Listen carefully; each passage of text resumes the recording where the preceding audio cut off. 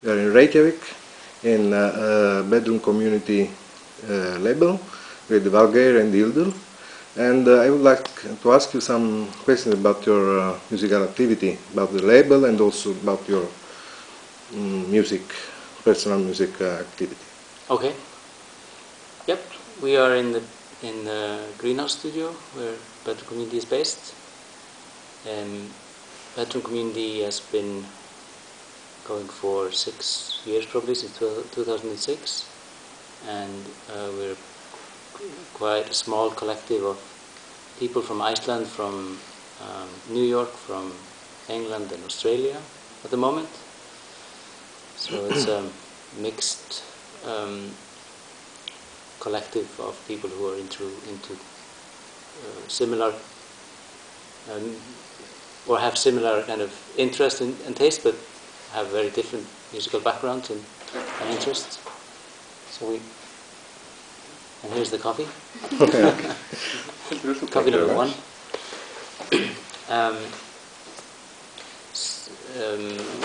Our music sort of spans modern, classical, electronic and experimental music, as well as some folk influenced music. And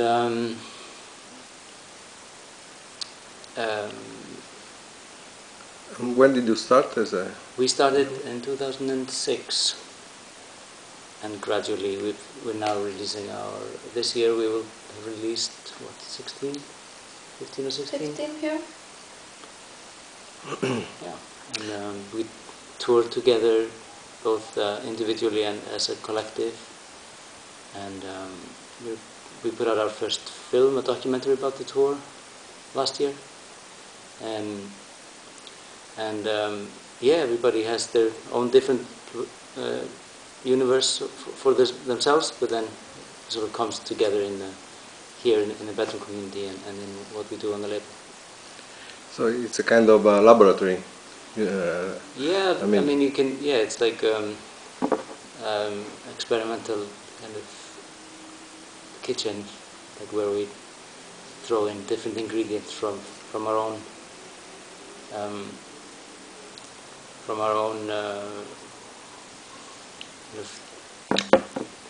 bags that we bring in. Background. Yeah. And who are the artists that work for you? It's Valgeir Sigurðsson, Nico Muli, Ben Frost, Daniel Bjarnason, Sam Amidon, Pascal Midson. Okay, and your records are distributed. How? Which? Yeah, we have in Iceland, but also abroad. Yeah, we have international distribution. Actually, the label was always even though we've been based in Iceland the whole time, and like the center of the operation is here, the distribution was always set up to be international. I think part of the reason is that we come from all over the world, so it doesn't really make sense necessarily to limit to a small place like Iceland or anywhere else. But so we distributed from the UK in the beginning, and then now we're distributing from Germany, and then exporting to the UK and America and Asia and most territories through our German partner. Okay.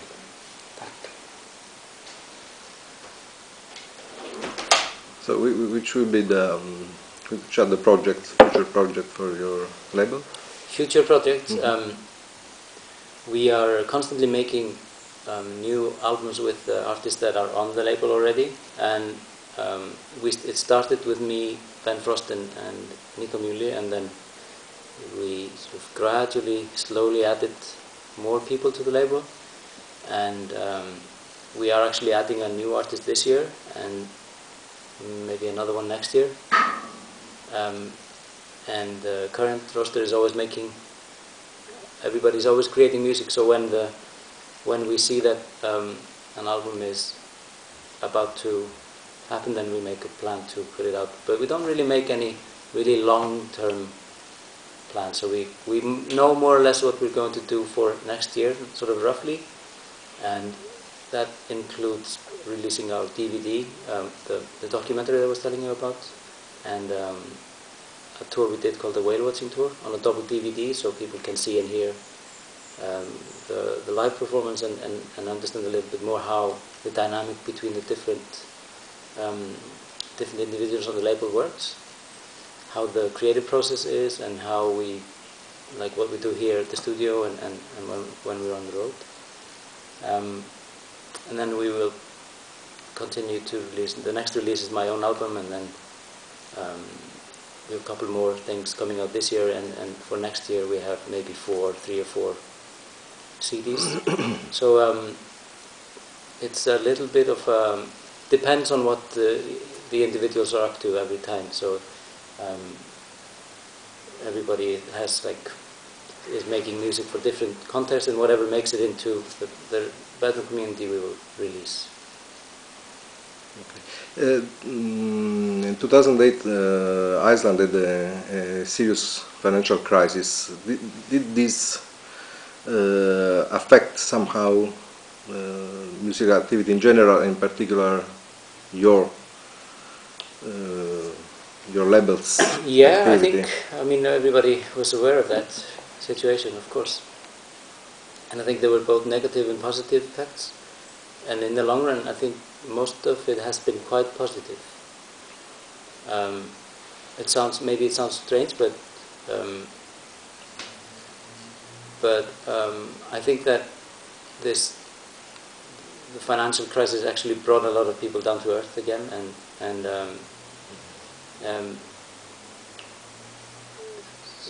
it became sort of being an artist and being creative sort of meant something, became kind of more important again, whereas I think a lot of people had been losing the sense of importance and reality in the bubble that was created before. So I felt genuine hunger for creativity right after the crisis and right after the crash, actually. And so I think in that sense it's very positive, and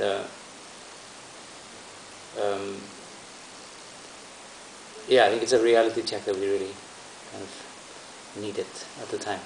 So it was a kind of a positive reaction to the difficulties. Absolutely. Yeah, absolutely. And I think that's good.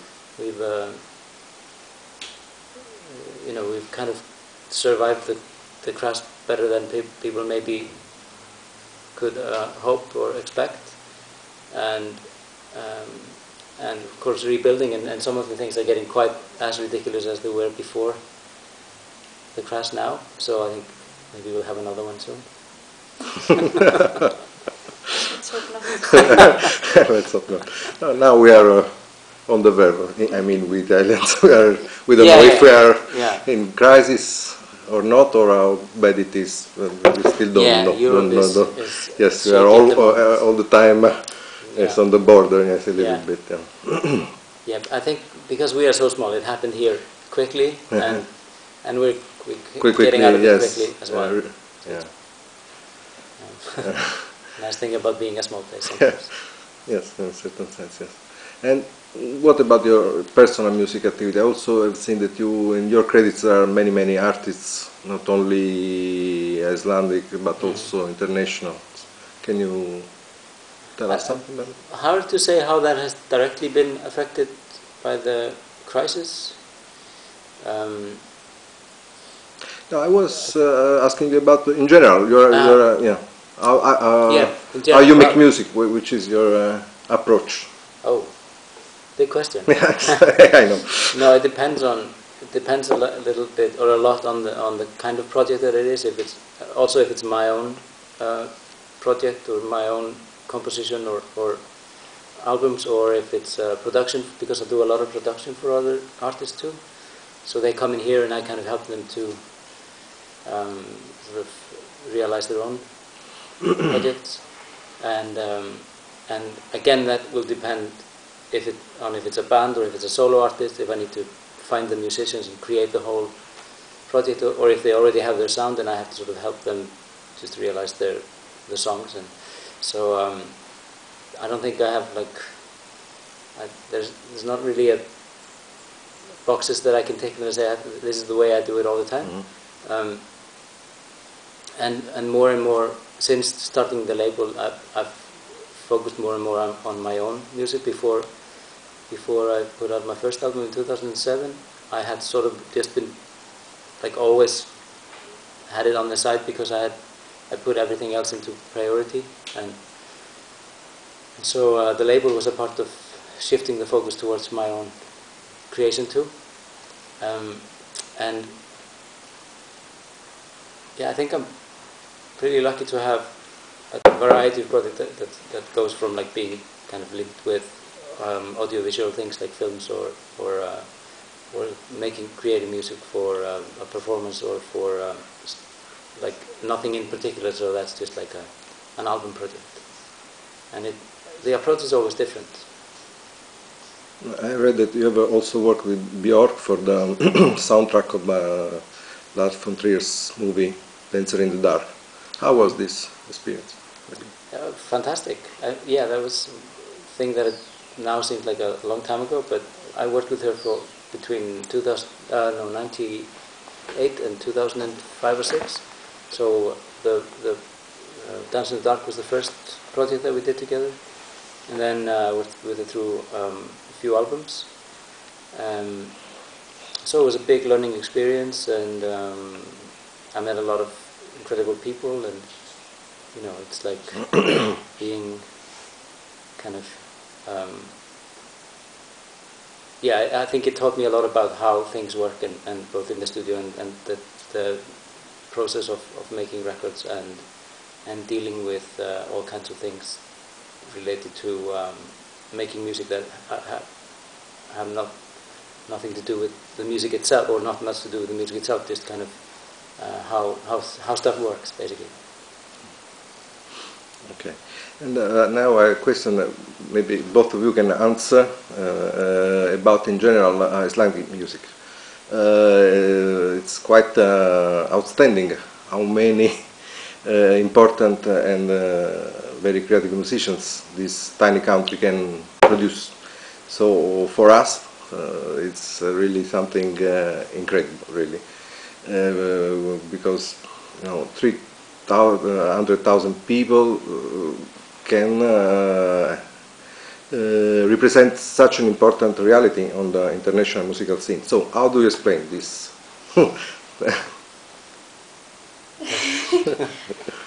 Yeah, it's kind of hard to explain. I'm not sure there is one explanation for this. We've had this question many times before, Yeah. and there's definitely a quality to the music scene here. For a very small nation, we have a lot of very creative people, and this is kind of obvious when you go to the festivals like Iceland Airwaves.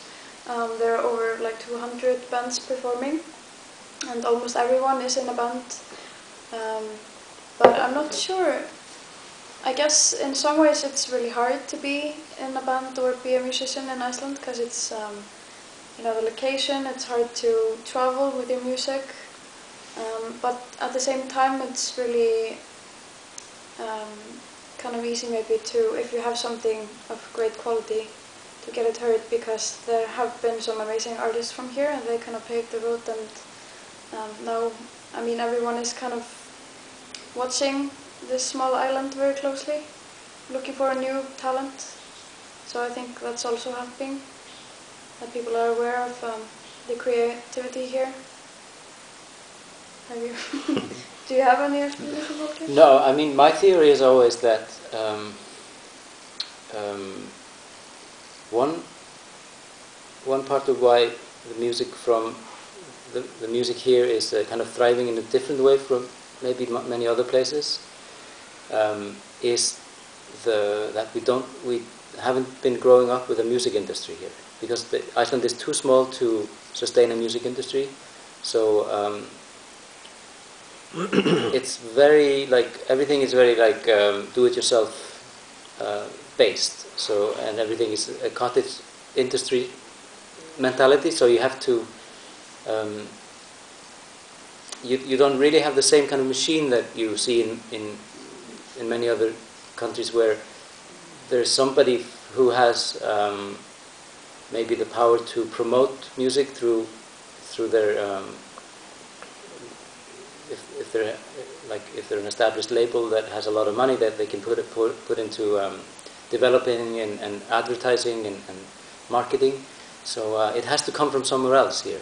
So people just do it out of a creative drive, and it creates a different pressure. I think if you're creating something for a market, if the people who decide what gets heard are the actual people who believe that they can actually make their money back from their investment by choosing certain things.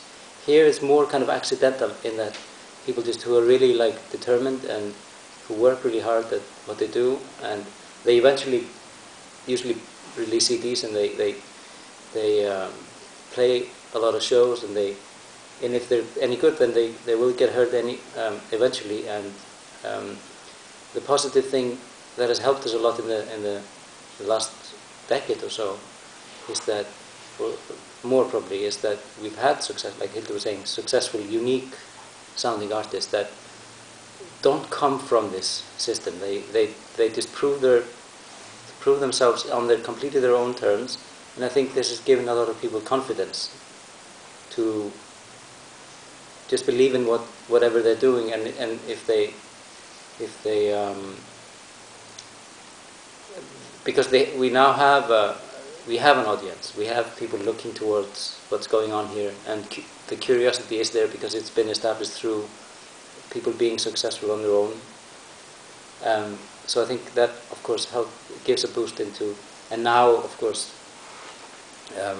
we've been understanding a little bit more how this works, and we have the Iceland Music Export who helps kind of development, and there's a little bit of funding involved, so people can do a little bit of touring without having a big following, and there are some kind of exchange things between territories, so we can be heard, and of course the internet helps a lot, so the access is very easy now. So I think all these things play a part, and we only have to hope that the fact that there is kind of a growing music industry here doesn't generate doesn't kind of degenerate the music, the quality of the music. So it's Yeah, but I think it's also people are just realizing now, and for the past few years, that this is actually very important for Iceland as a whole, and music has now become one of our main exports, whereas just a few years ago it was mainly fish. Now it's really it really has become part of our identity, I think. Yes. As a country, to have a lot of creative people, and it seems like we are also growing in other creative parts like film. A lot of people are coming here to make films, and so it's seen as a creative place, and it is a pretty unique little island in the middle of the North Atlantic. So and I think more and more people are looking here for unique and different things, because there's so much like of everything else, and yeah, it's again, we just have to hope that it doesn't become tired and overused. A few years ago, a movie was made on this topic. It was called A Screaming Masterpiece. Maybe you heard about it. I met the Joanna, I don't remember her name, and she gave me this, because her husband made this movie.